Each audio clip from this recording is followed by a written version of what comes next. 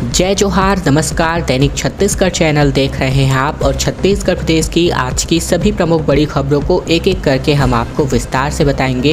इससे पहले अगर आप छत्तीसगढ़ प्रदेश के हैं, छत्तीसगढ़ समाचार ठीक इसी प्रकार रोजाना देखना चाहते हैं तो नीचे लाल कलर का सब्सक्राइब बटन दिया है, जिसे दबाकर इस चैनल को आपको सब्सक्राइब करना है।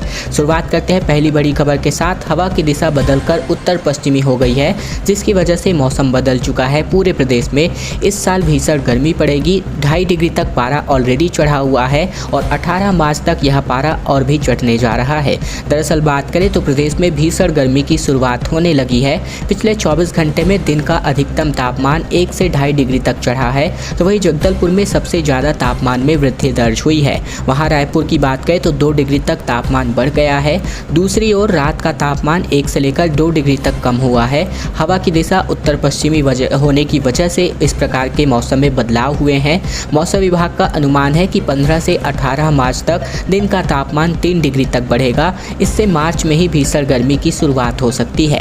मौसम विभाग की माने तो दिल्ली ने पहले ही मार्च में प्रदेश में लू चलने की आशंका जाहिर की है। इसके अलावा राजधानी की बात करें तो बीते दिन का तापमान 37.3 डिग्री रहा, जो सामान्य से 3 डिग्री ज़्यादा है। मौसम विभाग का अनुमान है कि होली तक यानी कि मार्च 18 तक पारा 3 डिग्री तक चढ़ सकता है। दूसरे इलाकों में भी ऐसी स्थिति हो सकती है और अगर पूर्वानुमान सही रहा तो मार्च में ही लू चलने की नौबत आ सकती है।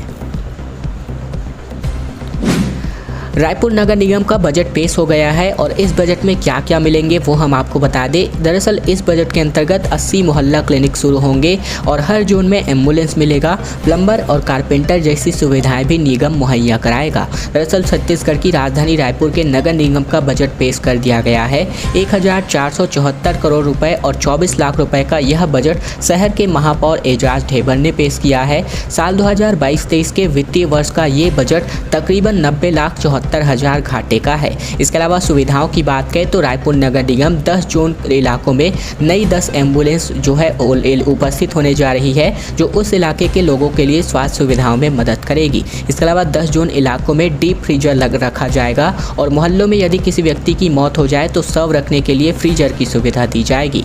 गरीब तबके के लोगों के लिए शहर के हर मुक्तिधाम में दाह संस्कार हेतु गोबर से बनी गौ काष्ठ उपलब्ध कराई जाएगी। इसके अलावा निर्धन परिवार के बच्चों के लिए बिन्नी बाई सोनकर उत्कृष्ट विद्यालय के नाम से अंग्रेजी स्कूल शुरू किया जाएगा। इसके अलावा लोगों की घरेलू जरूरतों के लिए भी नगर निगम काम करेगा, जिसमें लोगों को carpenter, plumber, TV repair, fridge repair, cooler mechanic जैसी सुविधाएं एक मोबाइल ऐप और वेबसाइट के जरिए दी जाएंगी। स्थानीय युवकों को इससे काम भी मिलेगा। इसके अलावा रायपुर शहर में 80 मोहल्ला क्लिनिक की स्थापना की जाएगी। हर मोहल्ला क्लिनिक के लिए 25-25 लाख रुपए की स्वीकृति राज्य सरकार देगी और 70 वार्ड में यह क्लिनिक खोले जाएंगे। इसके अलावा बात करें तो कोरोना काल से सीख लेकर रायपुर नगर निगम 5 लाख रुपए तक सभी कर्मचारियों और अधिकारियों को बीमा देगी। इसके अलावा 70 वार्डों में विकास कार्य के लिए हर पार्षद को 10-10 लाख रुपए दिए जाएंगे।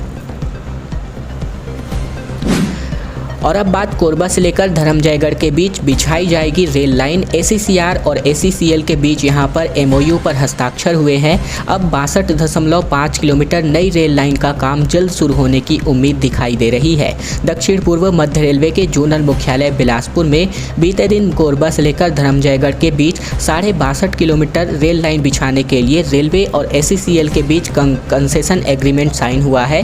इस अनुबंध में खास बात यह रही कि ACCL 30 साल तक माल ढुलाई से मिलने वाले लाभांश का हिस्सा रेलवे को भी देगा। इस MOU के बाद रेल कॉरिडोर परियोजना के निर्माण कार्य जल्द शुरू होने की उम्मीद जताई जा रही है। 1700 करोड़ रुपए की संभावित लागत से विकसित की जा रही ईस्ट रेल कॉरिडोर परियोजना के मार्च 2025 तक पूरा होने की उम्मीद जताई जा रही है। ईस्ट रेल कॉरिडोर के संचालित होने से ACCL के मांड, रायगढ़, कोलफील्ड, कैप्टिव ब्लॉक और कमर्शियल माइनिंग के परियोजनाओं से कोयले की ढुलाई में तेजी और सहूलियत होगी। फीस माफ़ी इस बार नहीं, 400 पदों पर भर्तियां होने जा रही हैं, जिसमें सिविल इंजीनियर भर्ती के लिए व्यापमम 200 से 350 रुपये चार्ज करेगा। दरअसल व्यापमम और PSC की परीक्षा के लिए फीस नहीं देने के लिए राज्य बजट में हुई घोषणा का फिलहाल स्थानीय अभ्यर्थियों को लाभ नहीं मिल सकेगा।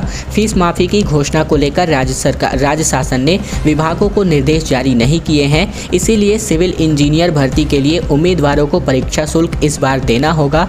व्यापमम से यह भर्ती परीक्षा आयोजित आयोजित की जाएगी। इसके लिए आवेदन की प्रक्रिया शुरू कर दी गई है। जल संसाधन विभाग में 400 सिविल इंजीनियरों की भर्ती होगी और इस परीक्षा के लिए पहले की तरह ही ऑनलाइन आवेदन मंगाए जा रहे हैं। फीस को लेकर इसमें कोई बदलाव नहीं किया गया है। आवेदन करने के लिए अभ्यर्थियों को पूरी परीक्षा फीस देनी होगी, जबकि शासन की ओर से कुछ दिन पहले परीक्षा शुल्क माफ करने की घोषणा की गई थी। व्यापमं के अफसरों का कहना है कि परीक्षा फीस को लेकर शासन से अभी निर्देश नहीं मिले हैं, इसीलिए पहले की तरह ही फीस ली जाएगी।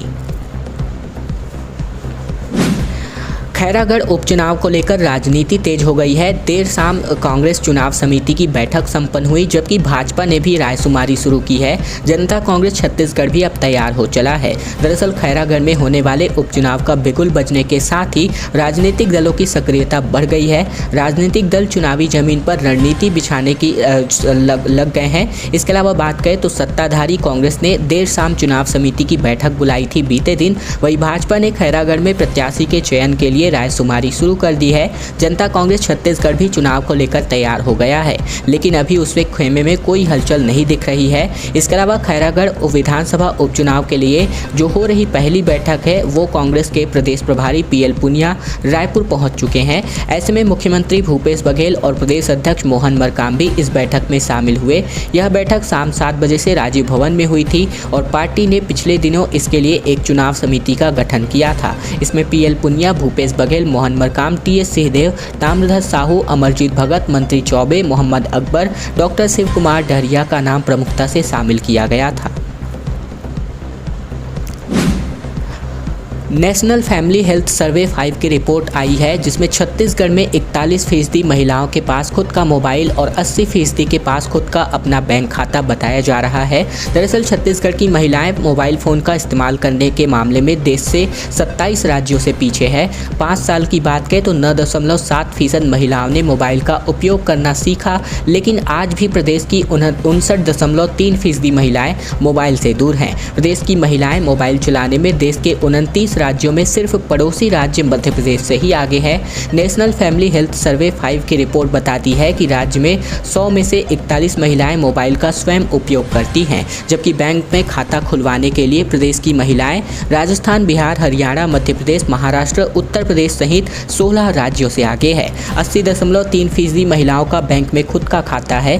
5 साल में 29% महिलाओं ने बैंक में स्वयं का खाता खुलवाया है और इंटरनेट चलाने में राज्य की महिलाएं 24 राज्यों से पीछे हैं। 100 में से सिर्फ 27 महिलाएं ही नेट का उपयोग कर पा रही हैं। ऐसे में आंध्र प्रदेश, बिहार, ओडिशा, त्रिपुरा और तेलंगाना की महिलाएं इंटरनेट का उपयोग करने में छत्तीसगढ़ से पीछे हैं। और अब बहुचर्चित फिल्म द कश्मीर फाइल्स को लेकर टैक्स फ्री करने की मांग को संसद का पत्र सामने आ रहा है। अरुण साव बोले कि ऐतिहासिक फिल्म को IMDb में रेटिंग में 10 में से 10 अंक मिले हैं। राज्यपाल से इसकी मांग की गई है। बिलासपुर लोकसभा के सांसद और भाजपा के राष्ट्रीय कार्य समिति के सदस्य अरुण साव ने बहुचर्चित फिल्म द कश्मीर फाइल्स को छत्तीसगढ़ में भी टैक्स फ्री करने की मांग की है। उन्होंने राज्यपाल को पत्र लिखा है और उसमें कहा है कि देश के कई राज्य सरकारों ने इस ऐतिहासिक फिल्म को टैक्स फ्री कर दिया है, लिहाजा यहाँ भी फिल्म को टैक्स फ्री करने की मांग उठने लगी है। सांसद अरुण साव ने कहा कि 11 मार्च को रिलीज हुई इस फिल्म को सभी वर्ग के लोग बहुत पसंद कर रहे हैं और देश भर में द कश्मीर फाइल्स की सर्वाधिक चर्चा हो रही है। जिस तरह से व्यापक शोध करके इस फिल्म को बनाया गया है उसकी चहुओर प्रशंसा हो रही है। इसके अलावा बात करें तो साव ने यह भी कहा कि द कश्मीर फिल्म अपने राज्य में टैक्स फ्री किया गया और ऐसी स्थिति में इस फिल्म को छत्तीसगढ़ राज्य में भी टैक्स फ्री किया जाना चाहिए। और अब बात कर लेते हैं स्वच्छता सर्वेक्षण की, जो आने वाली है जल्द ही। ऐसे में चैम्बर, डीलर एसोसिएशन और निगम जल्द ही सभी गाड़ियों में मुफ्त डस्टबिन लगाने जा रहा है। स्वच्छता को लेकर लोगों के माइंडसेट को बदलने को लेकर रायपुर नगर निगम, छत्तीसगढ़ चैम्बर ऑफ कॉमर्स और छत्तीसगढ़ डीलर एसोसिएशन आगे आया है। तीनों के पदाधिकारियों ने मिलकर फैसला किया है कि प्रदेश भर में बिकने वाली हर नई गाड़ियों में डीलर की ओर से फ्री डस्टबिन लगाकर दिया जाएगा। अभी तक गाड़ियों में यह एक वैकल्पिक एसेसरीज थी, लेकिन अब जल्द ही अनिवार्य और निःशुल्क सुविधा होने जा रही है। गौरतलब है कि हमारी टीम ने स्वच्छता सर्वेक्षण के तहत ये बताया था कि इंदौर में इस तरह के प्रयास होते थे, जिसके कारण से वह हर बार नंबर 1 शहर का खिताब पाता है। इसके अलावा अब संगठन रायपुर को भी आगे बढ़ाने के लिए आगे आ रहे हैं। इसी के तहत छत्तीसगढ़ चैम्बर ऑफ कॉमर्स तथा डीलर्स एसोसिएशन ने इसकी सहमति दी है। योजना को अंतिम रूप देने और प्रदेश भर के सभी डीलरों के लिए ग्राहकों को डस्टबिन अनिवार्य रूप से निःशुल्क देने का आदेश डीलर एसोसिएशन और चैम्बर की ओर से जल्द जारी किया जाएगा। सुलझेगा या उलझेगा किसान आंदोलन, ये आने वाले वक्त पर निर्भर करेगा, क्योंकि आंदोलनकारियों से मुख्य सचिव ने मुलाकात की, मांग पत्र के एक एक बिंदु पर एक बार फिर से बातचीत की है और समाधान का आश्वासन भी दिया गया है। नवा रायपुर में पिछले 2 महीनों से अभी अधिक समय से जारी किसानों का आंदोलन अब भी जारी है। मुख्य सचिव अमिताभ जैन ने बीते दिन किसानों के प्रतिनिधिमंडल से पहली बार बातचीत की। इस दौरान किसानों ने मांग पत्र के एक एक बिंदु पर फिर से अपनी बात रखी। मुख्य सचिव ने किसानों को उनकी मांगों के समाधान का आश्वासन दिया है। प्रशासन ने शुक्रवार को ही मुख्य सचिव के साथ बैठक का न्योता दिया था। इसके अलावा बताया गया कि यह बैठक सर्किट हाउस के पास पुलिस क्रय कमांड एंड कंट्रोल सेंटर में होगी। यह नई राजधानी प्रभावित किसान कल्याण समिति की ओर से रूपन चंद्राकर, कामता प्रसाद रात्रे समेत जो भी यहाँ पर पदाधिकारी थे, वे यहाँ पर बैठक में शामिल होने के लिए आए और लगातार अपनी मांगों को लेकर के मुख्य सचिव से चर्चा की है और इसका आश्वासन भी मिला है कि जल्द से जल्द इनकी मांगें पूरी कर दी जाएंगी। वन विभाग में एक बड़ा टेंडर घोटाला सामने आया है। 9 अफसरों को नोटिस बकायदा जारी हुआ है। वन मंत्री ने विधानसभा में स्वीकार किया और कहा कि अफसरों ने 37 टेंडर निकाले और उनमें से 33 में गड़बड़ी थी। दरअसल बात करें, छत्तीसगढ़ के वन विभाग में टेंडर घोटाला सामने आया है। वन अफसरों ने 37 टेंडर निकाले थे और उनमें से 33 में गड़बड़ी पाई गई है और इसके लिए जिम्मेदार 9 अफसरों को कारण बताओ नोटिस जारी कर दिया गया है। इन अफसरों में से 6 भारतीय वन सेवा के अधिकारी हैं। वन मंत्री मोहम्मद अकबर ने कहा कि नोटिस का जवाब आने के बाद दोषियों पर कार्यवाही की जाएगी। दरअसल विधानसभा में बीते दिन यह मुद्दा उठाया गया। नेता प्रतिपक्ष कौशिक ने पूछा कि टेंडर में क्या अनियमितता मिली थी और दोषियों पर क्या कार्यवाही की गई, तो वन मंत्री मोहम्मद अकबर ने अनियमितता और 9 अफसरों के दोषी होने की पुष्टि की। वन विभाग के टेंडर गड़बड़ी की प्रारंभिक जाँच में 9 अधिकारी दोषी पाए गए हैं और इनमें से 6 भारतीय वन सेवा के अधिकारी भी हैं। और अब आज की अंतिम बड़ी खबर, जहां पर जनप्रतिनिधियों को राज्यपाल की नसीहत सामने आ रही है। कहा, अहंकार न करें। दरअसल निगम की सभा में पहुंची अनुसुईया उइके, इन्होंने कहा कि यूजर चार्ज के मुद्दे पर विपक्ष का हंगामा। मच्छरदानी का कुर्ता पहनकर पार्षद पहुंचे हुए थे। छत्तीसगढ़ में पहली बार ऐसा हुआ जब नगर निगम की सामान्य सभा में कोई राज्यपाल पहुंचा हो। मंगलवार को यहाँ राज्यपाल अनुसुईया उइके पहुंची। उन्होंने कहा कि जब हम प्रतिनिधि थे तो राज्यपाल से मुलाकात संभव नहीं हो पाती थी, लेकिन मेरे प्रयास बना रहता है कि मैं जनप्रतिनिधियों के बीच रहूं। मुझे यहां आकर खुशी हुई है। उन्होंने जनप्रतिनिधियों को अपने अनुभव साझा करते हुए नसीहत भी दी है। अनुसुईया उइके ने कहा कि कभी भी अहंकार मत करना। जनप्रतिनिधि को हमेशा जनता से प्यार के 2 मीठे बोल बोलने चाहिए, इससे आत्मीयता बनी रहती है। उन्होंने कहा कि मैंने देश के कई राज्यों का भ्रमण किया है, लेकिन छत्तीसगढ़ जैसे सीधे सरल लोग कहीं नहीं है। इसीलिए कहते हैं छत्तीसगढ़िया सबले बढ़िया।